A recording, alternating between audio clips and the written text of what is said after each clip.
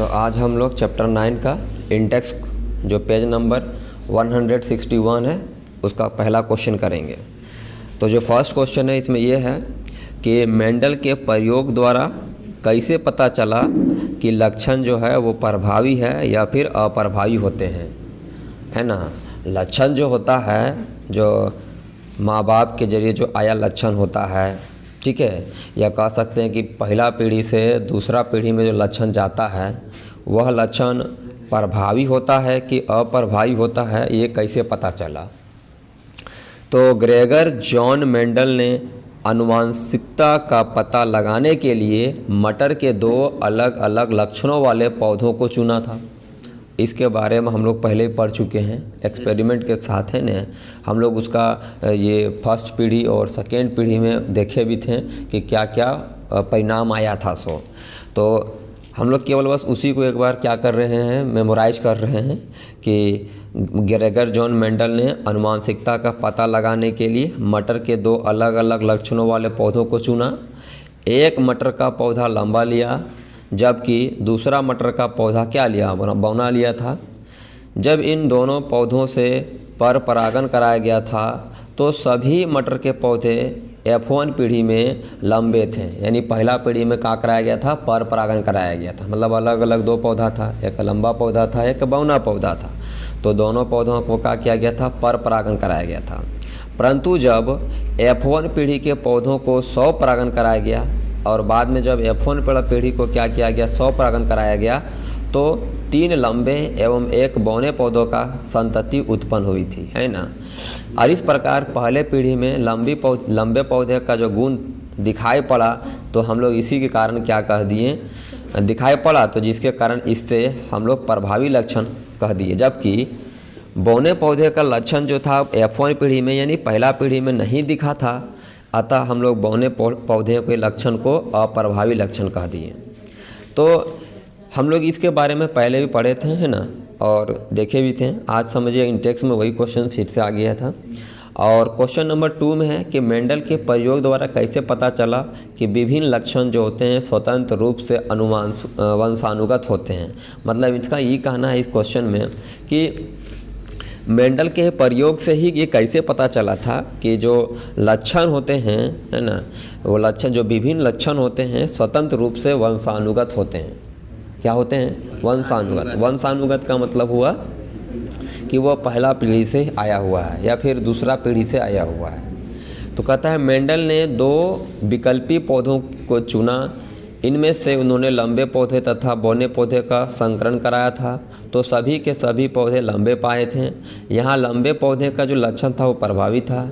जब F1 पीढ़ी के पौधे को फिर से 100 परागण कराया गया तो 4 प्रकार के पौधे उत्पन्न हुए थे, ठीक है। तो 4 प्रकार का पौधा अगर देखा था उसका रेशियो दिया हुआ ये कि गोल बीज वाले लंबे पौधे 9 था, गोल बीज वाले जो बौने पौधे थे 3 थे, झुरीदार बीज वाले जो लंबे पौधे थे 3 थे और झुरीदार बीज वाले लंबे पौधे बौने पौधे थे वो 1 था। तो F1 पीढ़ी में सभी पौधे लंबे थे, जबकि F2 पीढ़ी में F2 यानी कि फर्स्ट, है ना, फर्स्ट जनरेशन सेकेंड जनरेशन, तो F2 पीढ़ी में सभी पौधे लंबे नहीं थे, अतः लक्षण स्वतंत्र रूप से क्या होते हैं, वंशानुगत होते हैं। अगर वंशानुगत नहीं होता तो पीढ़ी दर पीढ़ी गुण जो था वो नहीं प्रभाव दिखता। तो पीढ़ी दर पीढ़ी अगर गुण दिखा, इसका मतलब क्या है कि लक्षण क्या होते हैं, स्वतंत्र होते हैं। आगे जो है क्वेश्चन नंबर 3 में कि एक ए रुधिर वर्ग वाला, ए रुधिर वर्ग वाला मतलब समझ लीजिए कि किसी का जो ब्लड ग्रुप है वो ए है। तो बोलता है एक ए रुधिर वर्ग वाला पुरुष एक स्त्री जिसका रुधिर वर्ग ओ है, मतलब एक आदमी है जिसका ब्लड ग्रुप ए है और एक औरत है जिसका ब्लड ग्रुप ओ है, से क्या करता है, विवाह करता है। उनकी पुत्री का रुधिर वर्ग ओ है। तो यहाँ तो समझ में आ गया, अगर उसकी लड़की की यानी जब बेटी हुई उसकी जो ब्लड ग्रुप है अगर वो ओ है, तो यहाँ से पता चल रहा है कि माँ का गुण आया है, क्योंकि माँ का ही ब्लड ग्रुप ओ था। क्या यह सूचना पर्याप्त है कि यदि आपसे कहा जाए कि कौन सा जो विकल्प यानी कि लक्षण रुधिर वर्ग ए अथवा ओ प्रभावी लक्षण है, अपने उत्तर का स्पष्टीकरण दीजिए। मतलब हम लोग को बस इस पे चर्चा थोड़ा सा करना है कि किसका क्या है ना। यह सूचना पर्याप्त नहीं है, मतलब इससे हम लोग ये पूरी नहीं कह सकते हैं। इस सूचना के आधार पर हम यह नहीं तय कर सकते हैं कि उत्पन्न होने वाली पुत्री का रुधिर वर्ग ओ होते हुए प्रभावी है या अप्रभावी। हम लोग पूरी नहीं कह सकते हैं, क्योंकि खाली ब्लड ग्रुप मिलने से ये नहीं कह सकते हैं। और भी तो लक्षण होता है, आँख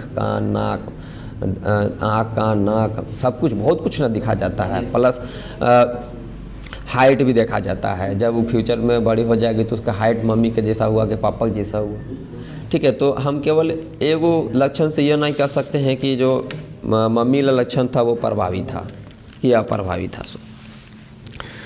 अगला जो ये क्वेश्चन भी हम लोग पहले भी देख चुके हैं कि मानव में बच्चे का लिंग निर्धारण कैसे होता है ना। इसके बारे में हम लोग पहले ही पढ़ चुके हैं, फिर भी एक बार यहाँ हम लोग क्या कर लेते हैं, रिवीजन कर लेते हैं कि मनुष्यों में लिंग निर्धारण विशेष गुणसूत्रों के द्वारा संपन्न होते हैं। हम लोग जानते हैं कि मनुष्यों में जो लिंग बनता है वो विशेष गुणसूत्र के जरिए होता है, जिसे हम लोग लिंग गुणसूत्र कहते हैं। महिलाओं में लिंग गुणसूत्र XX अर्थात समान होता है, जबकि पुरुषों में असमान लिंग गुणसूत्र होते हैं अर्थात XY उपस्थित रहते हैं। जब पुरुषों के Y गुणसूत्र का महिला के X गुणसूत्र से मिलता है तो पुरुष यानी कि नर उत्पन्न होता है, परंतु जब नर का X गुणसूत्र और मादा का भी जब X गुणसूत्र से ही मिलता है तो मादा उत्पन्न होता है, मतलब लड़की उत्पन्न होती है। किसी भी अवस्था में हम लोग जानते हैं लिंग निर्धारण हेतु केवल नर ही यानी कि आदमी ही उत्तरदायित्व होता है, क्योंकि नर के पास ही यानी कि आदमी के पास ही अलग अलग लिंग गुणसूत्र पाया जाता है। ये हम लोग पहले से भी जानते हैं, पहले ही पढ़ चुके थे कि बच्चों में यानी कि लिंग निर्धारण कैसे होता है। तो हम लोग जानते हैं कि लिंग जो निर्धारण होता है वो लिंग गुणसूत्र के जरिए होता है ना। महिलाओं में जो लिंग गुणसूत्र होता है सेम होता है, और पुरुषों में जो गुणसूत्र होता है वो अलग अलग होता है ना। और इसको एकदम विशेष याद रखना है कि महिलाओं के X गुणसूत्र और पुरुषों का जब X गुणसूत्र मिलता है यानी XX मिलने से लड़की, ठीक है, और XY यानी कि जब अलग अलग मिलता है तब जाके लड़का होता है। याद रखना किसी भी कीमत में महिलाओं के जरिए X गुणसूत्र ही दिया जाता है, क्योंकि उनके पास XX ही है ना। इसीलिए पूरा ये डिपेंड करता है, पूरा ये डिपेंड करता है कि जो लड़का जो बच्चा पैदा होने वाला है वो लड़का होगा कि लड़की होगी, ये समझो कि वो एक पुरुष पे डिपेंड करता है, क्योंकि पुरुष पे ही अलग अलग गुणसूत्र होता है, ठीक है, अलग अलग गुण होते हैं। अब हम लोग ये जानेंगे कि वे कौन से विभिन्न तरीके हैं जिसके द्वारा एक विशेष लक्षण वाले विशिष्टि जीवों की संख्या समष्टि में बढ़ सकती है। यहाँ कहता है कि वे कौन से विभिन्न तरीके हैं, मतलब यहाँ कहना चाह रहा है कि वे कौन से विभिन्न तरीके, हमको तरीका बताना है जिसके द्वारा एक विशेष लक्षण वाला, एक विशेष गुण रखने वाला जो व्यष्टि यानी कि एक ग्रुप जो है जीवों की संरचना में समष्टि में बढ़ सकती है, मतलब वो बढ़ सकता है। तो कहता है निम्नलिखित कारणों से विशेष लक्षण वाले व्यष्टि जीवों की संरचना बढ़ सकती है। अब कैसे बढ़ सकती है, देखो सबसे पहला बताता है कि प्रजनन के समय रंग विभेद संभव है, जिससे जनसंख्या में विशेष लक्षणों वाले व्यष्टि जीवों में वृद्धि हो जाएगी। कहता है कि प्रजनन के समय अगर रंग विभेद संभव है, क्या संभव है, रंग विभेद अगर संभव है तो जिससे रंग विभेद संभव है जिससे जनसंख्या में विशेष लक्षण वाले व्यष्टि जीवों में वृद्धि हो जाएगी। तो यहाँ कारण बता रहा है, जैसे ये बोला था ना कि कौन से विभिन्न तरीके हैं जिनके द्वारा एक विशेष लक्षण वाले जीवों की संख्या बढ़ सकती है। तो कैसे बढ़ सकती है, तो बोलता है कि प्रजनन के समय रंग विभेद संभव है जिससे जनसंख्या में विशेष लक्षणों वाले व्यष्टि यानी कह सकते हैं कि जीवों में वृद्धि हो जाएगी। दूसरा, रंग विभेद प्रथम द्वितीय पीढ़ी में पूर्ण विभेद संभव है जो जनसंख्या पर प्रतिकूल प्रभाव डालता है। यानी ये दो कारण हैं जिसके कारण हम कह सकते हैं कि जो विभिन्न तरीकों के जिनके द्वारा विशेष लक्षण वाले जो व्यष्टि जीवों की संख्या में बढ़ोतरी हो सकती है। अब ये कहता है कि एक एकल जीव द्वारा उपार्जित लक्षण सामान्यतः अगली पीढ़ी में वंशानुगत नहीं होते हैं। अब हम लोग तो पहले पढ़े थे, उपार्जित लक्षण का मतलब होता है कि मनुष्यों में जो बाद में जो लक्षण ग्रहण होता है अपने से आता है, ये देखो उपार्जित लक्षण जो होता है, उपार्जित लक्षण जो होता है ना, वो सीधा मतलब है कि इसका अनुवांशिकता से कोई लेन देन नहीं है। वो बाद में खुद से वो अर्जित लक्षण है, समझो ये क्या है, अर्जित लक्षण है। तो उपार्जित लक्षण का प्रभाव कायिक ऊतकों पर पड़ता है, परंतु अर्जित अनुभव का जनन कोशिकाओं के डीएनए पर कोई प्रभाव नहीं पड़ता है। अतः यह लक्षण को हम अनुवांशिकता या फिर अनुमांसानुगत नहीं मान सकते हैं, इसको नहीं कह सकते हैं, क्योंकि तो ये तो अर्जित लक्षण है ना। अर्जित लक्षण का मतलब समझ लो कि जो हम लोग अपने से जो जिसमें लक्षणों में जो परिवर्तन आया है। कहता है बाघों की संख्या में कमी जो है अनुवांशिकता के दृष्टिकोण से चिंता का विषय क्यों है। इसका कहने का मतलब है कि जो बाघों की संख्या है दिन प्रतिदिन कम होते जा रहा है, तो उसका अनुवांशिकता के दृष्टिकोण से अगर देखा जाए तो क्या मतलब क्या कारण है। कहता है पर्यावरण में परिवर्तन बाघों की संरचना में संख्या में मतलब ह्रास मतलब कमी मुख्य कारण है। मतलब मुख्य कारण बताया जा रहा है पर्यावरण में परिवर्तन का, है ना। पर्यावरण में परिवर्तन से जीवों के बाह्य लक्षण में परिवर्तन होते हैं, उनके बाह्य लक्षणों में परिवर्तन होते हैं, परंतु जनकीय कोशिकाओं पर इसका भी कोई प्रभाव नहीं पड़ता है। अतः पर्यावरण की जो प्रतिकूलता है बाघों की मृत्यु का कारण बनी है। मतलब बाघों का प्रतिकूलता का मतलब पर्यावरण की प्रतिकूलता का मतलब हो गया कि बाघ को जिस तरह का अनुकूलन, जिस तरह का इन्वायरमेंट की आवश्यकता है, इन्वायरमेंट में उस तरह की आवश्यकताओं का इसका पूरा नहीं हो पा रहा है, मतलब उसका विपरीत प्रभाव पड़ रहा है, और जिसके कारण बाघों की संख्या में क्या हो रहा है, कमी आ रहा है। और इसी कारण बाघों की संख्या में कमी काफ़ी चिंता का विषय बना हुआ है। अगला जो क्वेश्चन है हम लोग का कि वे कौन से कारक हैं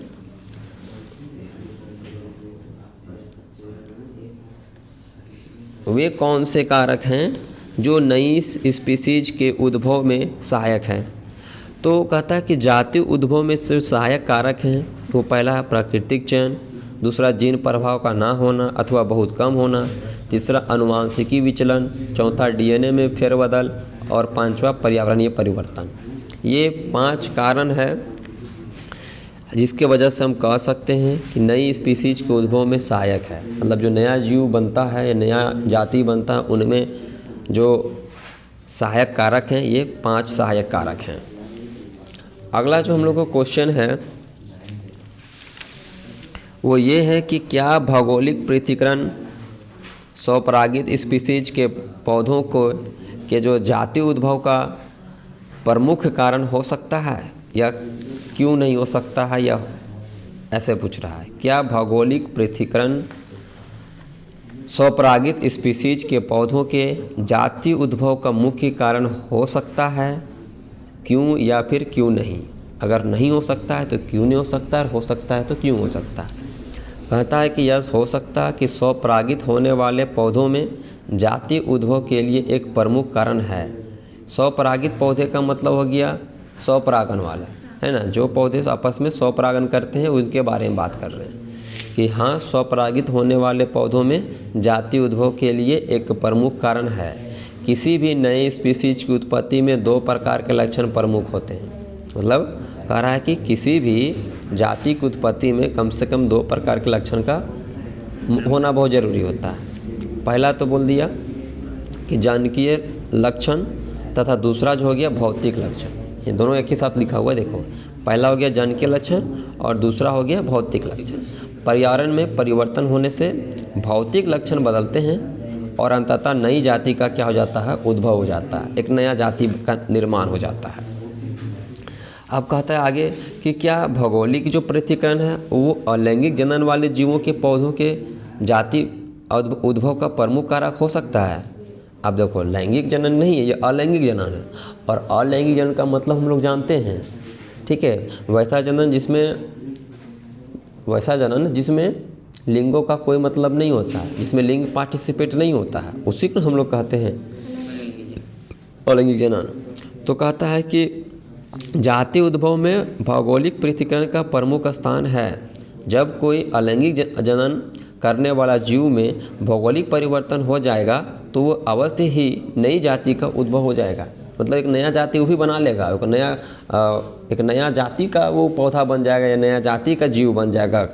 क्योंकि हम लोग जानते हैं कि यहाँ बोल ही दिया था जनिकीय लक्षण तथा दूसरा जो भौतिक लक्षण है पर्यावरण में जो परिवर्तन हो रहे हैं उसी कारण से तो नया जाति का उद्भव होता है। तो इसलिए कह रहा है कि जाति उद्भव का जो जाति में जो नए नए जाति जो बनता है वो जीवों के भौगोलिक पृथक्करण या फिर कह सकते हैं भौगोलिक परिवर्तन के कारण ही होता है। समझ रहे हो ना? अब कहता है कि उन लक्षणों का उदाहरण दीजिए जिनका उपयोग हम दो स्पीसीज के विकासीय संबंध निर्धारण के लिए करते हैं। तो कहता है कि वैसे अंग जिनके आंतरिक संरचना तो समान हो किंतु कार्य हम लोग अलग अलग करते हैं, जिसको हम लोग समजात अंग कहते हैं। क्योंकि यहाँ क्या बोल रहे हैं, उन लक्षणों का एक उदाहरण दीजिए जिनका उपयोग हम उपयोग हम करते हैं दो अलग अलग स्पीसीज में, दो जातियों के जो विकासीय संबंध निर्धारण के लिए करते हैं। तो हम लोग जान रहे हैं कि वैसे अंग जिनके आंतरिक संरचना तो समान हो किंतु कार्य अगर अलग अलग हो तो हम लोग जानते हैं उसको समजात अंग कहते हैं। और ये अंग विकास को क्या करता है, प्रमाणित करता है। जैसा कि एग्जाम्पल हम लोग जानते हैं कि मेढक का पिछला पैर और मनुष्य का हाथ, फिर कह सकते हैं कि पंछी का पंख एवं छिपकली का पैर, ये सब समजात अंग के तो उदाहरण है। तो क्या एक तितली और चमगादड़ के पंखों को हम समजात अंग कहा जा सकता है या फिर क्यों नहीं कहा जा सकता, या बताना है कि क्या एक तितली और चमगादड़ के पंखों का समजात अंग कहा जा सकता है। तो हम अभी क्या जाने, समजात अंग यानी होता है जिसका आंतरिक संरचना समान हो और कार्य जो होता है वो अलग अलग हो। यहाँ पे अगर देखा जाए तो कार्य दोनों का एक है, उड़ने का, लेकिन आंतरिक संरचना तो अलग होता है।